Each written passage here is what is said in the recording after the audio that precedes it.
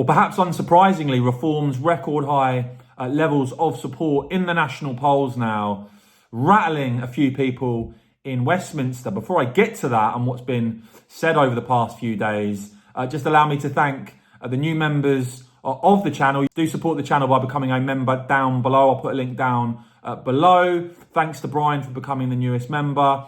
Caroline, one of those. No problem, Caroline, for the shout. You can see the members badge there next to the names of the members here on the channel now. Carol, another member voting Reform. And Steve there speculating about the future of the EU after the next set of European elections. But look, at home, we've now got a situation where Reform UK is hitting up to 16% in the national polls, just 5 points behind the Tories now. And Reform also now pledging and pushing for a referendum on net zero. As for the scandal of illegal migration from France to England on small boats, well, Rishi Sunak has talked a good game about stopping the boats. He's completely failed to deliver.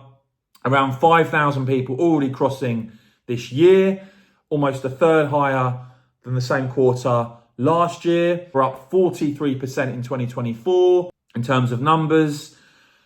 And perhaps unsurprisingly then, voters very unhappy with what the government are not talking about or saying they might do, but are actually delivering. And so you've got a situation now where the Tories could actually fall to below 100 seats at the next election, which clearly is spooking Conservatives into now, rather than ignoring Reform UK, lashing out, slamming the party. You've got Damien Green, one of those claiming that Reform is only focused on stoking division among society. You've got Jonathan Gullis there saying that a vote for Reform gets Starmer and Labour. It's that simple. To which Richard Tice responded that the toxic Tories are already Starmer socialists. You even had the Conservative Party chairman, then Richard Holding, describing Richard Tice as a threatening bully. Clearly things getting a bit feisty then, and Richard Tice actually speaking to the Telegraph at the weekend, saying he thinks it's fair to say that full-scale war has broken out between the Tories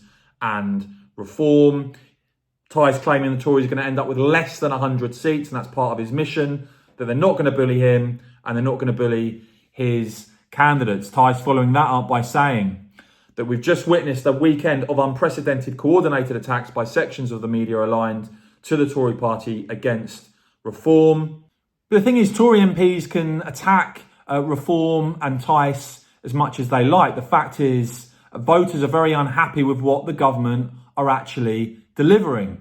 And you can see this now, a new piece of research from Electoral Calculus that shows the absurd situation under first past the post, where Reform could get 12% and the Lib Dems could get 10%, but that would give the Lib Dems 49 seats and Reform no seats. However, you can see there, in terms of the higher end of what could be achieved, for the first time now you're seeing Reform potentially winning a solid number of seats under that. So the Greens, under their high seat projection there, would only win 4 seats, but Reform there, 22 seats, if they can increase support and momentum further. So no surprise really there to see Conservatives actually starting to acknowledge and attack Reform UK. Let me know what you make of that in the comments below though, please, guys.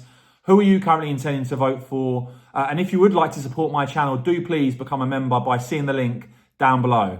And of course, as ever, cheers for watching.